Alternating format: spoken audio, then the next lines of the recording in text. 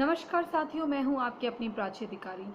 साथियों, जैसा कि खबरें आ रही हैं कि इलेक्शंस हो रहे हैं और हर जगह जो है वो चुनावी सरगर्मियां लगी पड़ी हुई हैं और सारे बड़े नेता, कोई बंगाल जा रहा है तो कोई असम जा रहा है, कोई कहीं जा रहा है। तो मेरा कहना ये है कि अब ये समय आ गया है आपके लिए सोचने का कि क्या आप ऐसे नेताओं पे यकीन करेंगे जो हमारे लोगों के लिए चलते फिरते मानव बम के रूप में आए। एक नेता थे, उन्होंने कहा कि मैं फ्री की बिजली और फ्री का पानी दूंगा, और हमारा जो समाज था वो उनकी इन बातों पर आ गया। लेकिन बाद में क्या हुआ, इसकी गवाही दिल्ली के दंगे देते हैं। क्या आप फिर से ऐसे नेता पे यकीन करना चाहेंगे? उनको मैंने गुजरात में बोलते हुए सुना कि आपने इतने साल बीजेपी को दिए हैं, मुझे 25 नहीं, मुझे 5 ही साल दे दो। वो नरेंद्र मोदी जी की नकल तो कर रहे थे, लेकिन वो ये भूल गए कि नरेंद्र मोदी ने गुजरात को क्या बनाया और किस तरह से हर बात में ईंट का जवाब पत्थर से दिया और लोगों के बीच में शांति भी कायम करी, और वहाँ पर उद्योगों को बढ़ावा मिला और वहाँ के जो आम नागरिक थे उनके लिए भी रोज़गार उत्पन्न हुआ था, और वहाँ पर अर्थव्यवस्था सबसे बढ़िया थी। इवन फॉरेन इन्वेस्टमेंट भी बढ़िया थे। अगर केजरीवाल जैसा व्यक्ति वहाँ आ जाता है मित्रों, तो आप ये समझ लीजिए जैसे दिल्ली नर्क बन गई। और जो दिल्ली है, जिसको ये कह रहा था कि सिंगापुर बनाएंगे, आज वो गटर जैसा दिखता है दिल्ली। और वहाँ देखिए कितने जिहादी घुस गए हैं और किस तरह से पीडब्ल्यूडी की ज़मीन पे कब्ज़ा करके अमानतुल्ला, इसका जो एमएलए है, उसने लोगों को बसा दिया है। ज़कात फाउंडेशन वहाँ अपना खेल खेल रही है। तो आपको ये सब समझना होगा, ये चालें। और बड़ी अगर कुछ एकाध परेशानियाँ हैं, हम डीजल के नाम से, हम पेट्रोल के नाम से वोट देना अफोर्ड नहीं कर सकते हैं। हिंदू के लिए करता मरता क्या ना करता वाली सिचुएशन है। इसलिए समझ जाइए, जितने भी लोग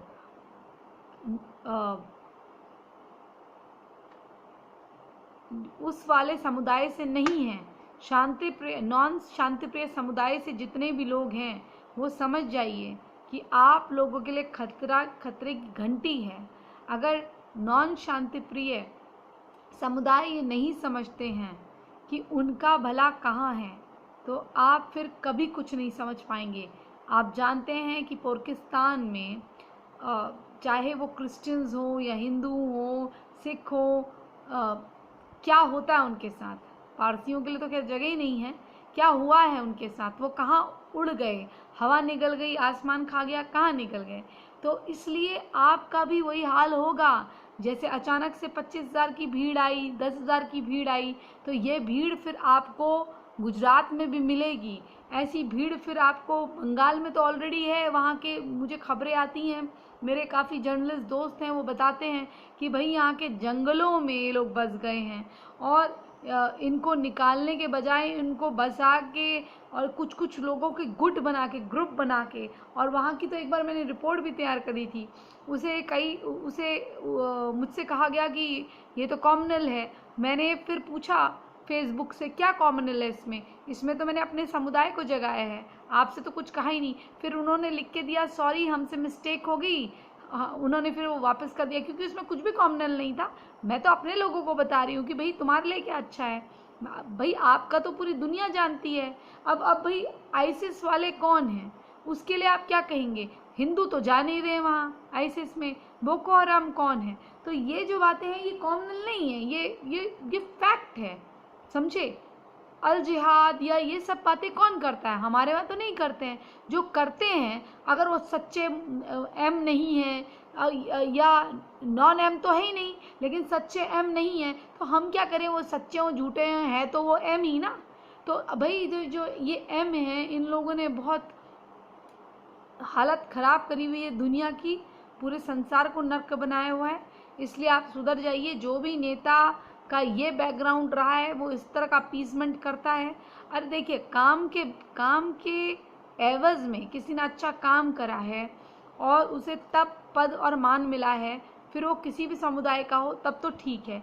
लेकिन कोई ऐसा व्यक्ति जिसकी पार्टी केवल अपीसमेंट की राजनीति करती हो और झूठे झूठे वादे करके आती हो, जो अपनी नौकरी के वक्त अपने नौकरी के लिए वफादार नहीं था, 1-2 साल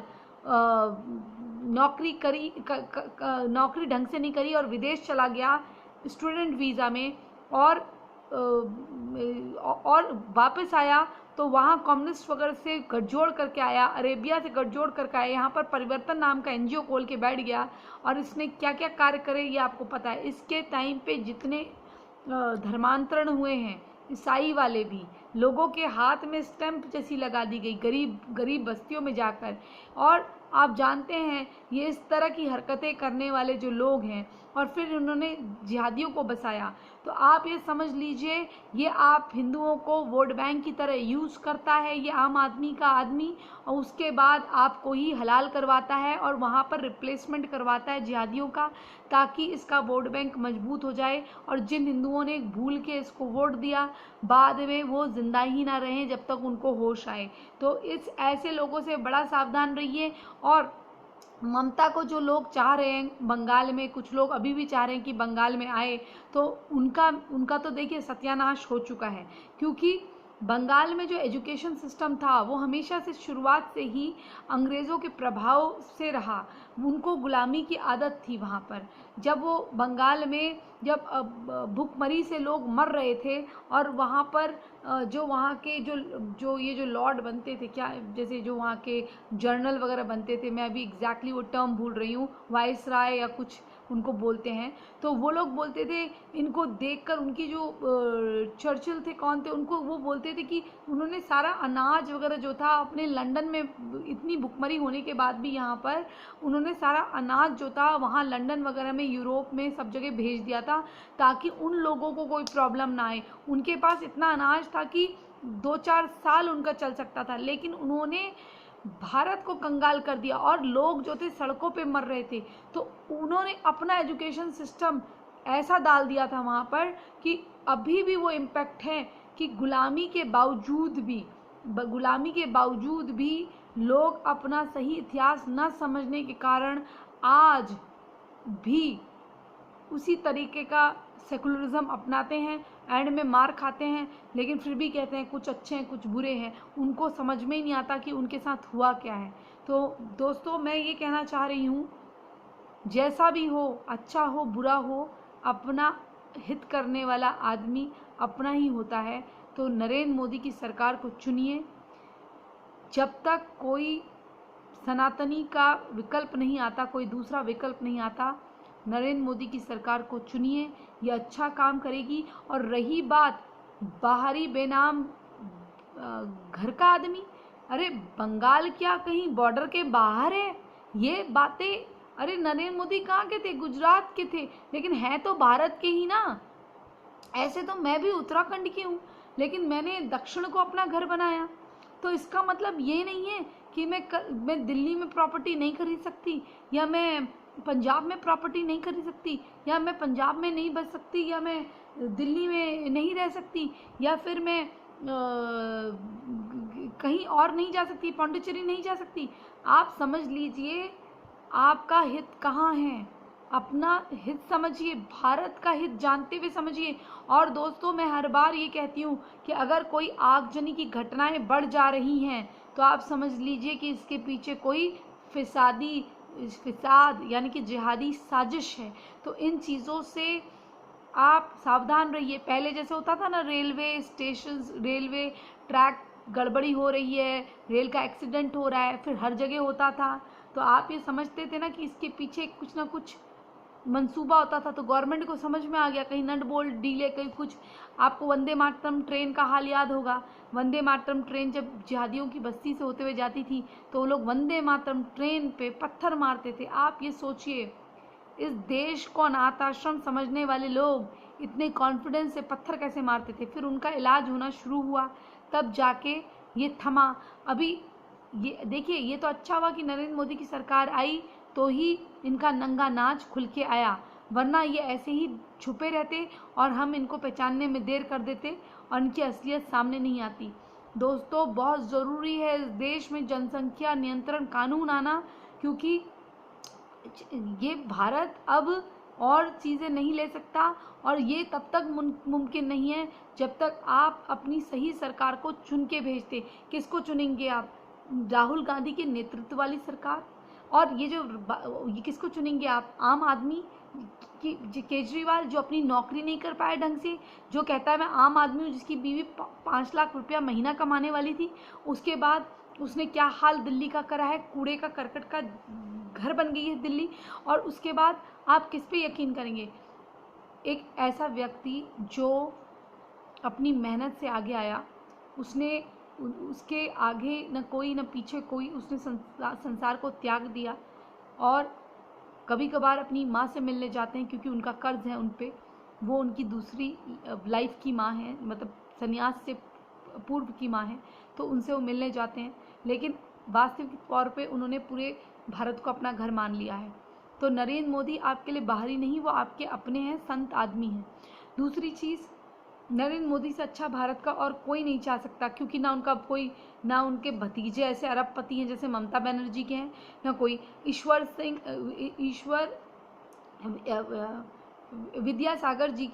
चंद्र विद्यासागर जी की मूर्ति तक इन तृणमूल कांग्रेस वालों ने तोड़ दी थी पिछले साल, याद होगा। फिर ये इल्ज़ाम लगाने लगे थे। तो ये जिस प्रदेश में लड़कियां सुरक्षित नहीं हैं, जहाँ जिहादीकरण पूरे चरम पर है, जहाँ का काडर जो है जिस पे भरोसा नहीं किया जा सकता, और एक धर्म विशेष के लिए एक अलग कानून बनाती है और दुर्गा पूजा रोक देती है, ऐसी औरत को आप अगर वोट देंगे और उसको आप अपना समझेंगे तो माँ काली भी नाराज़ होगी।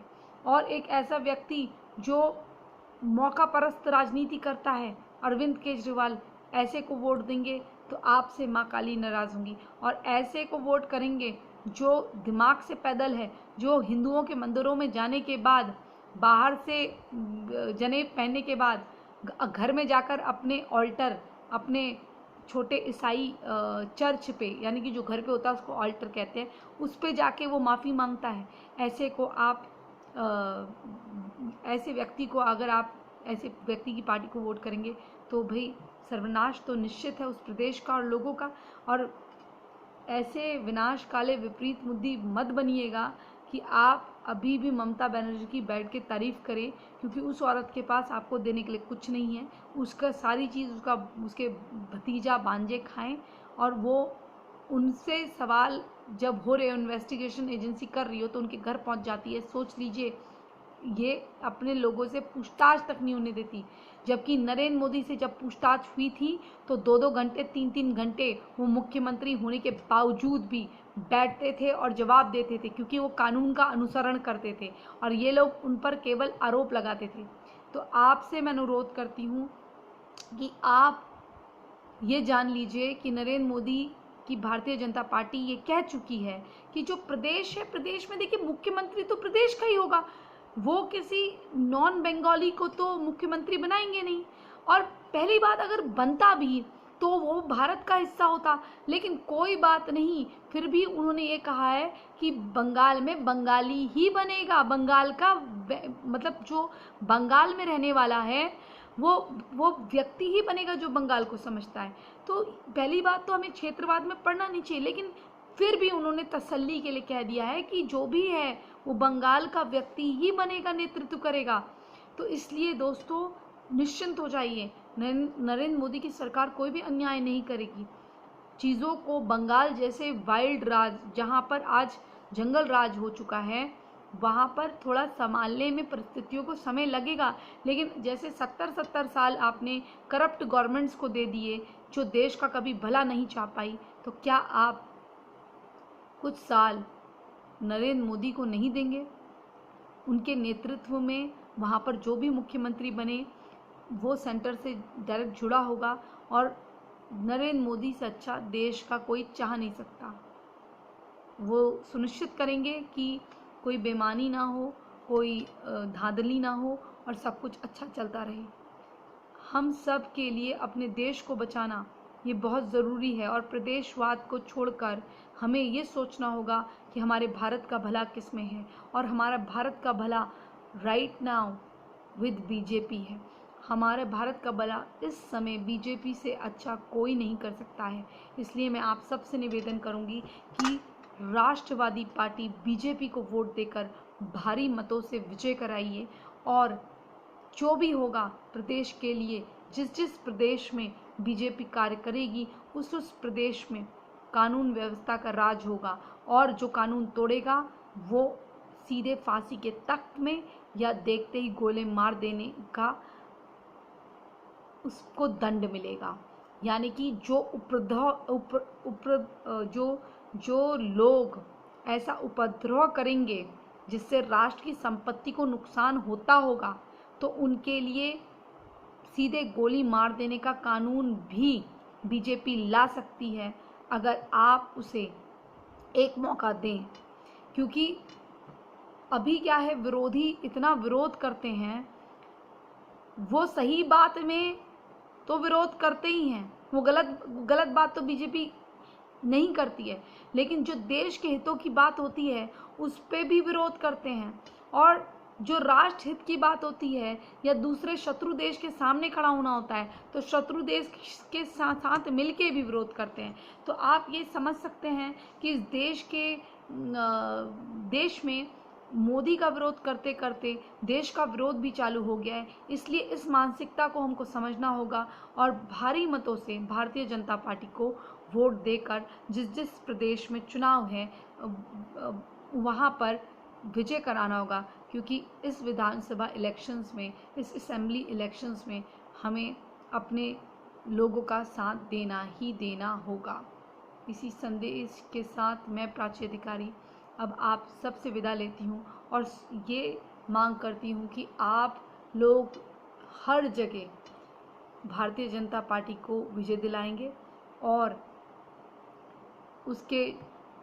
जो उससे गठबंधन करने वाले जो गुट होंगे, जो संगठन होगा, उसके साथ आप मिलके काम करेंगे। क्योंकि एक प्रदेश को बनाने में जनता का बड़ा सहयोग चाहिए होता है, और सहयोग तब तक पूरा नहीं होता जब तक जनता खुल के साथ न दे।